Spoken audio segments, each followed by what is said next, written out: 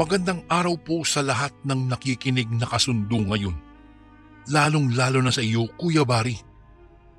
Kakadiskubre ko lamang po sa inyong channel. May napakinggan po akong nagbahagi sa inyo ng mga kwento nila. Kaya naman po, naisip kong maibahagi rin ang aking karanasan sa inyong channel. Sana po mapansin nyo. Ako nga pala, Kuya Bari, si Julio. Taong 1989, lumipat kami ng tirahan sa Bicol. Galing kasi kaming Cavite at doon rin ako ipinanganak. Sa edad kong 17 noong mga panahong iyon ay tumutulong na ako sa aking mga magulang. Mangingisda kasi ang aking tatay at ang nanay ko naman po ay ang nag-aasikaso sa aming magkakapatid. Siya nga pala 3 kami at ako po ang panganay. Tuwing maglalaot ang itay ng madaling araw ay sumasama po ako sa kanya. Hindi na rin pala ako nag-aaral. Huminto ako pagka-graduate ko noon ng high school. Dahil na rin po sa hirap ng buhay kaya hindi kayang suportahan ng mga magulang ko ang mga gastusin sa kolehiyo. At dahil nga po, Kuya Bari, ako ang panganay, ay tungkulin ko ang tumulong sa pag-aaral ng aking mga kapatid. Iba't ibang trabaho na maaaring pagkakitaan ang pinapasok ko noon. Kumbaga sa tawag ngayon ay rumarakit ako o rakitero. Ganoon po ako noon. At kapag wala naman ay saka na lang ako tumutulong kay itay sa kanyang pangingisda. Hindi rin kasi sumasapat ang kinikita niya para sa aming pamilya, Kuya Bari. Ngunit kahit na ganoon ang sitwasyon ng buhay namin, maayos naman po ang takbo nito at masaya naman po kami. Hanggang sa dumating nga po ang araw na iyon. Inaya ako ng isa sa mga kaibigan ko noon na magtrabaho sa isang farm ng mga iba't ibang uri ng hayop. Medyo may kalayuan nga lang po ang lugar namin kaya nagdadalawang isip pa ako noon kung sasama ba ako o hindi. Pero medyo mahal ang sweldo kaya tinanggap ko na rin po kahit mapapalayo ako sa pamilya ko. Pumayag din naman sila basta't mag-iingat lang daw ako. Kinabukasan ng araw na iyon ay maaga na kaming umalis ng kaibigan kong umaya sa akin. Bali po 1 oras po ang biyahe patungo roon. Nang marating namin ang lugar ay medyo humanga ako dahil napakalawak talaga ng loob ng farm na iyon. At kagaya ng inaasahan ko ay marami nga pong hayop doon. Ngunit ang nakapagtataka lang po, Kuya Bari, ay iilan lamang ang mga trabahador doon. Siguro ay nasa 15 o siguro po kulang-kulang 20. Kung ganoon kalawak ang farm, dapat marami rin silang tauhan. Pero hindi ko lang po iyon masyadong binigyan pa ng pansin. Ang mahalaga ay may trabaho na ako. Agad-agad na akong nagsimula sa aking trabaho. Tagapakain po ako ng mga kabayo, baka, baboy at mga kambing. Nagwawalis-walis rin sa ibang parte ng farm na iyon. Ang pagpapakain pa ng ibang mga hayop ay trabaho na po ng iba. Basta't kabayo, baka, baboy at kambing, yun lamang ang sa akin. Medyo may kahirapan din, Kuya Bari, ang trabaho ko roon, pero kakayanin para lamang sa pamilya ko. Dumaan pa ang ilang araw. Dapit hapon na ng mga oras na iyon. Kakatapos ko lamang sa aking trabaho. Patungo na sana ako ng silid-tulugan namin nang biglang may mapansin akong babae na malapit sa mga taniman ng mga bulaklak. Nagtaka po ako at dahil nga sa kuryosidad ay tinungo ko po ang kinaroroonan ng babaeng iyon. Nakatalikod ito sa akin, Kuya Bari. Magandang gabi po. Pagbati ko rito. Maya-maya ay lumingon ito sa akin. Medyo kaedaran ko lang pala ito. Bago ka lang ba rito? Tanong nito sa akin habang tinitingnan ako na parang may pagtataka. Oho, kakasimula ko lang po nung isang araw. Pwede ko po bang malaman kung ano pong pangalan mo? Ano ka ba dito? Anak ka ba ng may-ari ng farm na ito? Saad ko, sabay biglang nakaramdam ng hiya dahil sa sunod-sunod kong tanong. Pansin kong lumingon-lingon muna ito sa paligid niya bago ako sinagot. Hindi na mahalaga kung sino ako, pero kung ako sa'yo, umalis ka na rito hanggat maaga pa. Hindi ligtas ang lugar na ito. Sabi nito na ikinakunot naman ng noo ko. Magsasalita pa sana ako noon para tanungin siya kung ano ba ang ibig niyang sabihin. Subalit nakaramdam bigla ako ng parang may kumagat na langgam sa paa ko, kaya't napayuko ako at napakamot ako doon. At pag-angat ko ulit ng aking ulo, nagtaka ako, Kuya Bari, dahil wala na ito doon. Lumingon-lingon pa nga ako sa paligid pero hindi ko na siya nakita pa. Kaya napagdesisyonan ko na lamang na dumiretso na sa silid namin at hindi na lamang pinansin ang bagay na iyon. Pagkarating ko roon, naroroon ang kaibigan kong si Paulo na siya rin kumuha sa akin para sa trabaho kong ito. Lumapit ako sa kanya at nagtanong tungkol sa mga bagay na ikinagulo ng isip ko. Ha? Ano, babae? Sinong babae? Saad nito na parang nagulat pa. Binanggit ko rin sa kanya, Kuya Bari, ang tungkol sa babaeng nakita ko kani-kanina lamang at ang mga sinabi nito sa akin. Teka lang Julio. Sinabi mo na may nakita kang babae at parang binigyan ka ng babala na umalis dito. Tapos bigla na lang nawala ng ganon? Sabi nito. Tumango naman po ako sa kanya. Maya-maya, nagkuwento siya sa akin na mayroon raw anak na babae ang amo namin. Ngunit nabaliw daw ito sa hindi alam na dahilan. At isang araw na lamang, bigla na lamang daw itong nawala at hindi na nila nakita pa. Ayon sa hinala ng iba, ay baka raw tumalon ito sa mataas na bangin. Sa likod kasi ng farm na ito ay mayroong bangin at ang ilalim ay malalim na tubig. Ang iba naman ay baka raw kinuha ng mga engkanto dahil na rin kasi sa taglay na ganda ng babaeng ito kahit na may pagkabaliw ito. Ayon lamang iyon sa mga sabi-sabi ng iba. Wala pang nagpapatunay kung ano ba talaga ang tunay na nangyari sa babaeng iyon. Hindi nga mawari kung buhay pa ba ito o patay na. Walang makapagsabi, maging ang kanyang sariling mga magulang. Ngunit kung pagbabasihan ang aking nakita kanina, siguro ay buhay pa nga ang babae. Ngunit kung totoo man, nasaan ito? Pero kung buhay man siya, naririto lang siya sa loob ng farm at marahil ay nagtatago lamang. Napatigil ako sa pag-iisip nang biglang tinapik ako ni Paulo sa balikat habang natatawa. Hoy! Huwag mo kang masyadong isipin yun.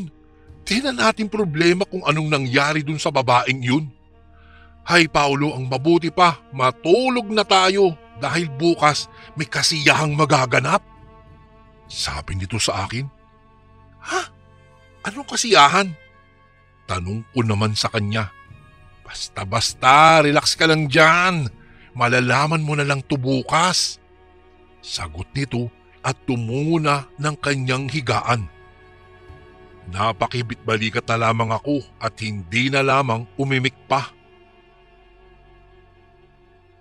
Kinabukasan, 2:00 ng hapon, natuloy nga ang kasiyahang sinasabi niya. Lahat ng mga empleyado sa farm ay nakisaya sa pagsasalong iyon.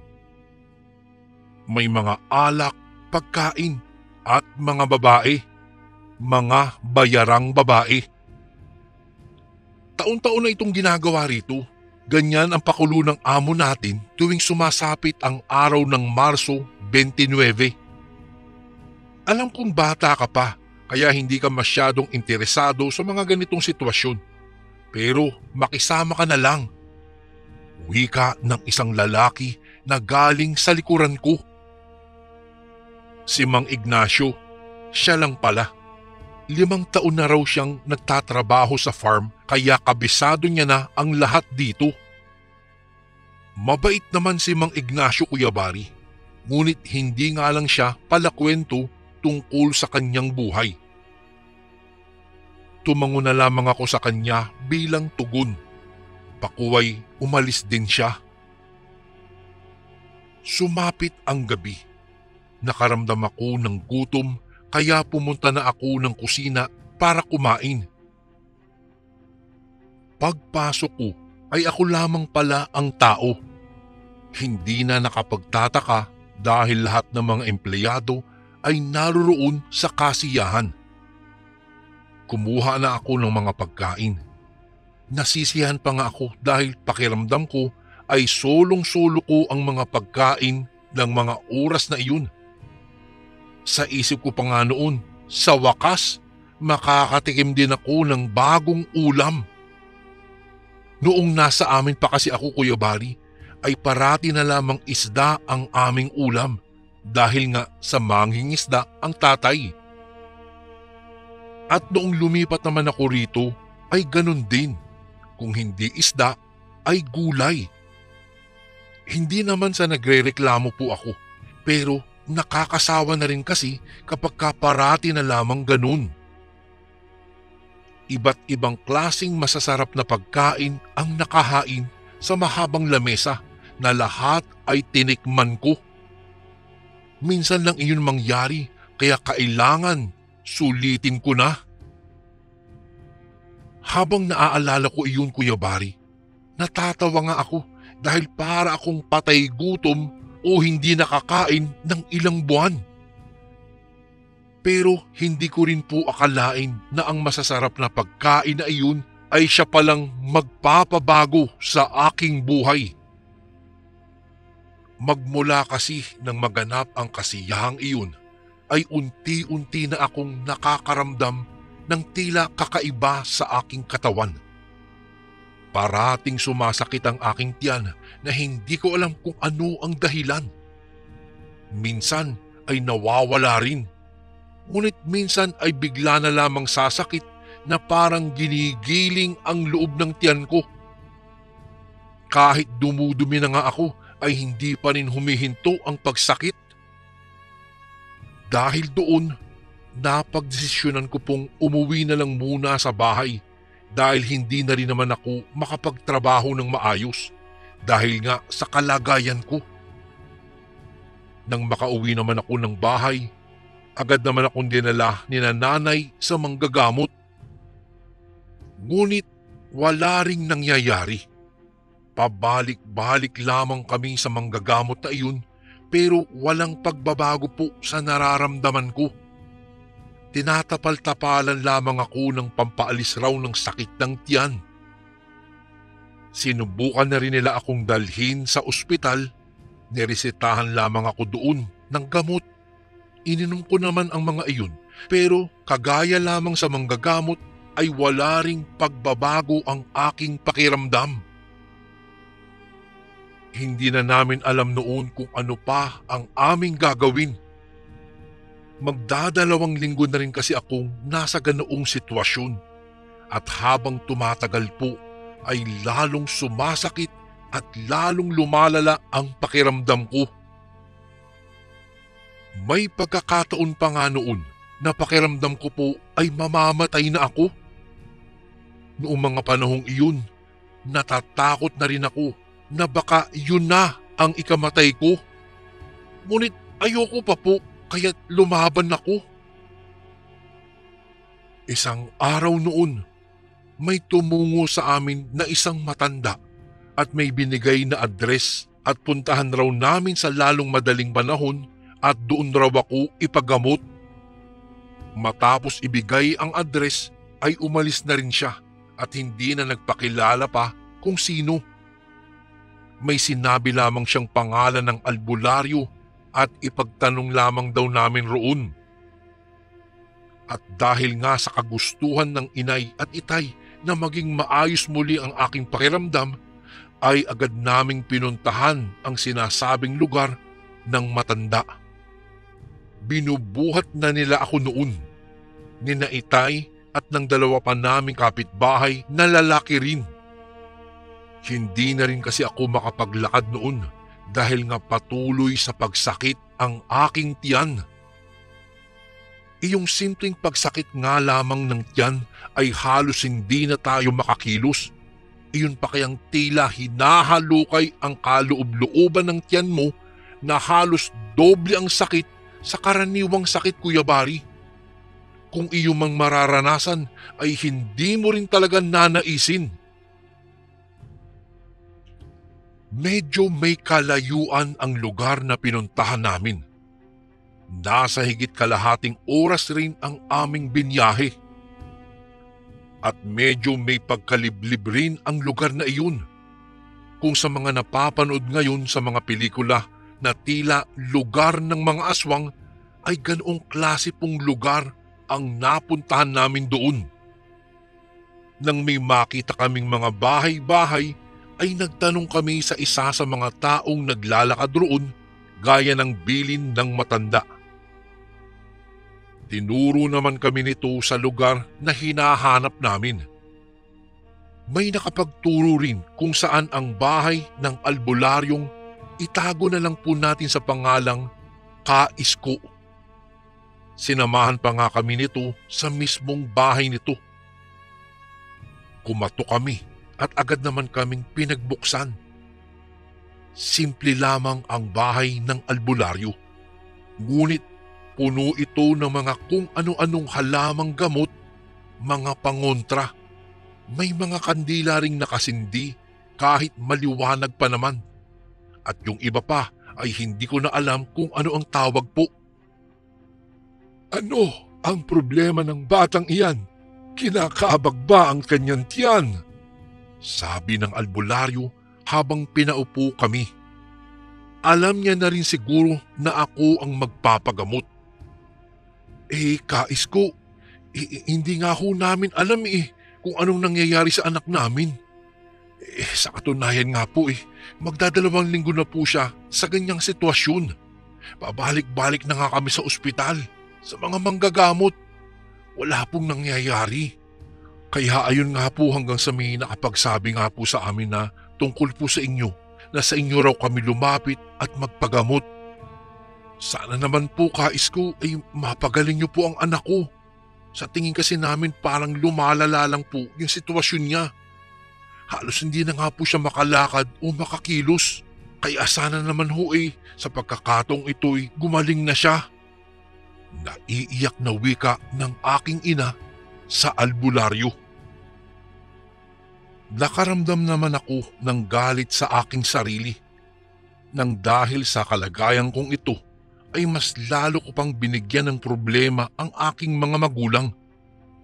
Imbis na ginhawa ang binigay ko sa kanila, ay problema pa ang aking hatid. Napatigil ako sa aking pag-iisip nang marinig kong magsalita ang albularyo. Ilapit niyo siya sa akin. Wika ng albularyo na tinutukoy ay ako.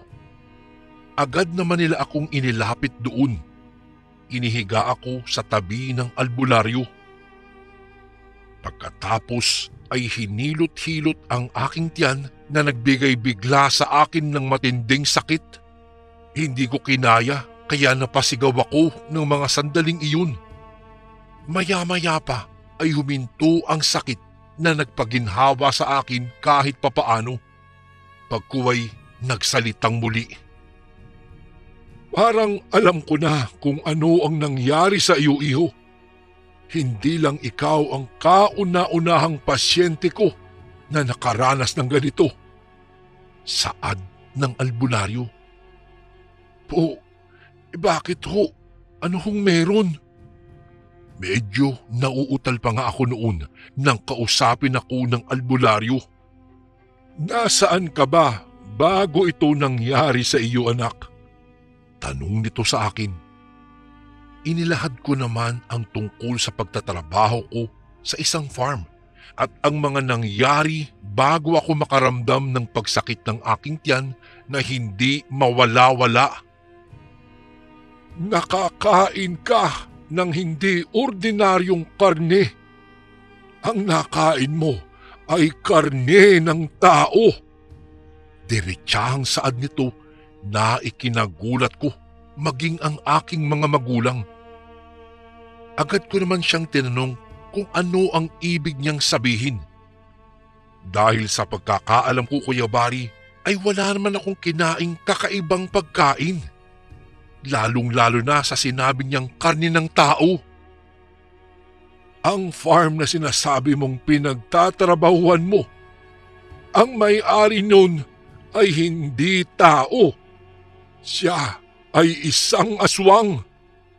Minsan ko na siyang nakainkwentro at ilan rin sa mga naging tauhan roon ang lumapit sa akin upang magpagamot. Dahil gaya mo, ay nakaranas din sila ng matinding pagsakit ng tiyan na katulad ng nararanasan mo ngayon. Lahat kami ay kapwa pagkagulat ang mababakas sa aming mga mukha. Lalong-lalo na ako, Kuya Bari. Parang ayaw kong maniwala ng mga panahong iyon. Sino ba naman kasi ang mag-aakala na aswang raw pala ang may-ari ng pinagtatrabahuan ko? Kilala ko naman ang sinasabi niyang aswang. Mabait naman ang mga ito sa kanyang mga tauhan kagaya ko at wala namang palatandaan o senyales na aswang ito. Pero sa tingin ko, Kuya Bari, ay nagsasabi naman ng totoo ang albularyo. Nagkwento pa nga ang albularyo ng tungkol sa kanyang mga naging pasyente na nanggaling rin sa farm na iyon. Nagbanggit pa nga siya ng mga pangalan at lahat sila'y kilala ko. Anya, ang mga baguhang empleyado daw na pumapasok roon ay talagang pinapakain ng mga masasarap na pagkain tuwing dumarating ang araw ng kasiyahan. Nagtaka nga ako noon dahil maging iyon ay alam rin ng albularyo. At may posibilidad na ang mga tauhan daw roon ay mga aswang rin. Hindi naman daw literal na aswang. Kumbaga ay parang kumakain lamang sila ng lamang loob ng tao, ngunit hindi sila pumapatay. Mga bagong libing na bangkay sa sementeryo ang kanilang kinukuha at iyon raw ang kanilang niluluto at kinakain. Hindi raw kumakain ang mga ito ng hilaw. Lahat daw ng mga iyon ay dumaan din sa kalagayan ko.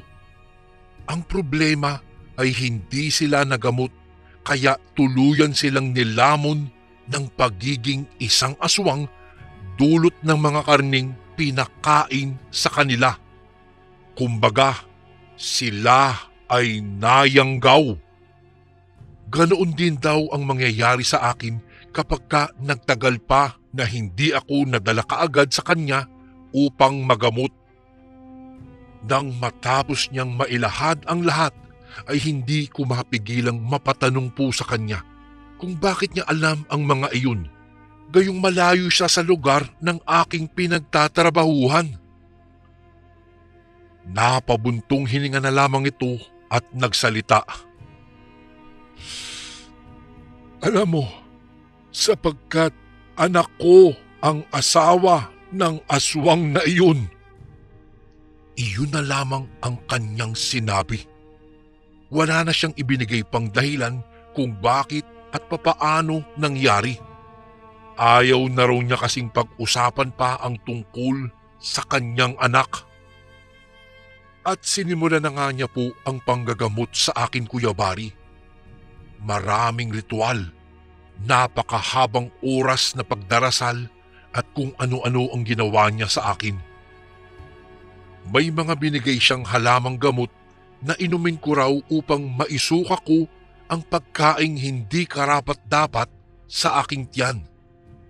May mga kasamang ritual na daw ang gamot na iyon, kaya madali raw akong gagaling. Nagpasalamat naman kami bago kami umalis sa bahay ng albularyong si Kaisko. Nakakagulat nga, Kuya Bari, dahil nung mga sandaling iyon, medyo nakakalakad na rin ako dahil hindi na gaanong sumasakit pero kailangan ko pa rin ng alalay. Talagang napahanga ako, Kuya Bari, dahil kaunting hilot-hilot lamang at ritual ang ginawa niya sa akin ay bumuti kaagad ang aking pakiramdam. Sadyang mahiwaga talaga at kahanga-hanga ang kakayahan ng mga albularyo. Mga ilang linggo pa ang lumipas. Magmula nang tumungo kami sa albularyong si Kaisko ay unti-unti nang bumubuti ang aking pakiramdam.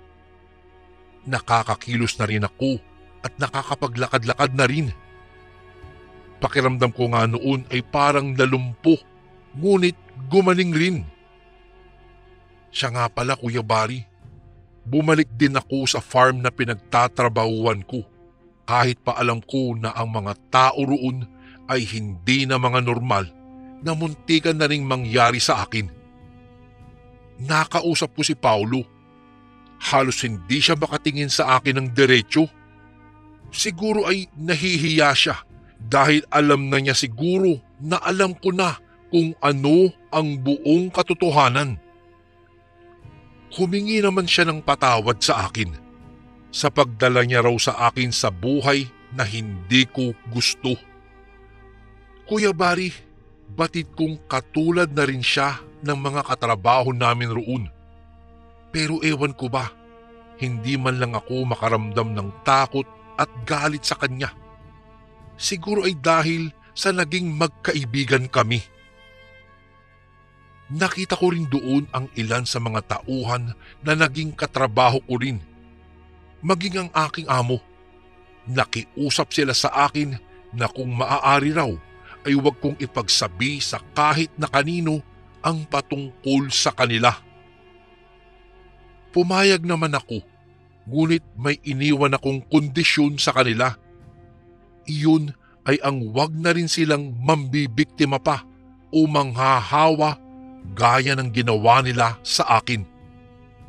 Ayoko na kasing may makaranas ng katulad ng naranasan ko dahil batid ko kung gaano iyon kahirap.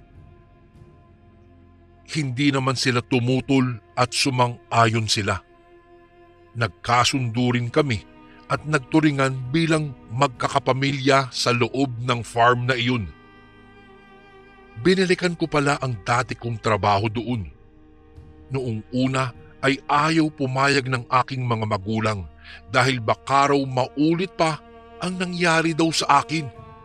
Pero nanindigan ako sapagkat may tiwala ako sa aking mga kasama.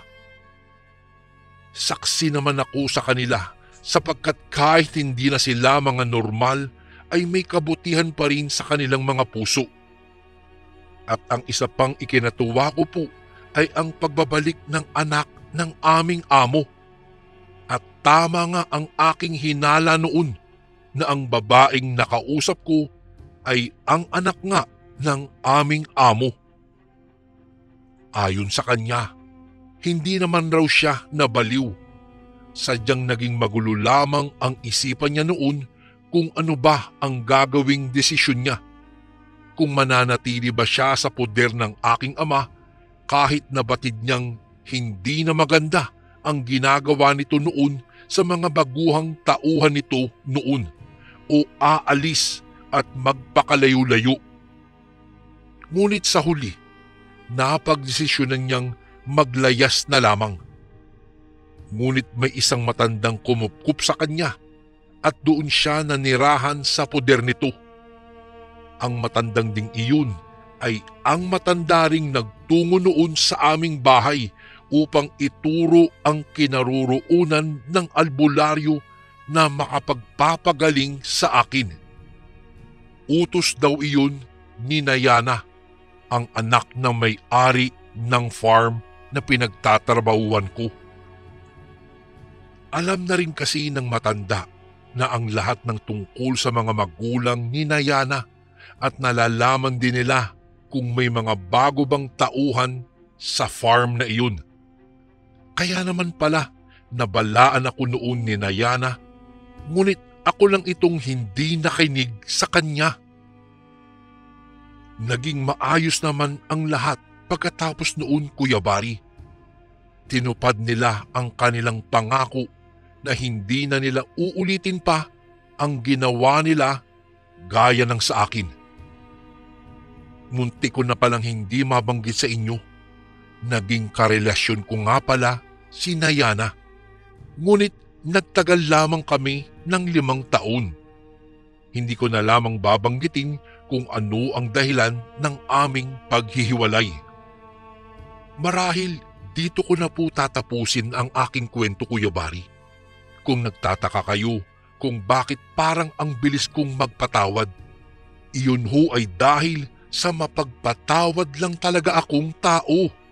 Hindi ako nagtatanim ng galit sa isang tao, lalong-lalo na kung alam kong karapat-dapat siyang patawarin. Hindi man gaano kakaiba ang aking kwento po kagaya ng mga ibang nagpapadala sa inyo, ngunit maituturing ko pa rin itong isa sa mga kahiwagahang nangyari sa aking buhay, lalong-lalo na noong nakatikim ako ng bagong ulam. Hanggang dito na lang po at maraming salamat po, Kuya Bari, kung sakaling mabasa nyo rin po ito sa inyong channel. More power po sa Ang Sundo Horror Stories, and God bless po sa lahat ng kasundong nakikinig ngayon. Lubos na gumagalang, Hulyo. And again, maraming salamat po mga kasundo. Don't forget to subscribe and i-click nyo lang po yung bell na button para updated po kayo sa mga upcoming videos namin na paparating. Maraming salamat po ulit. God bless and ingat po lagi dyan. Ito po si Kuya Bari at ako ang Sundo.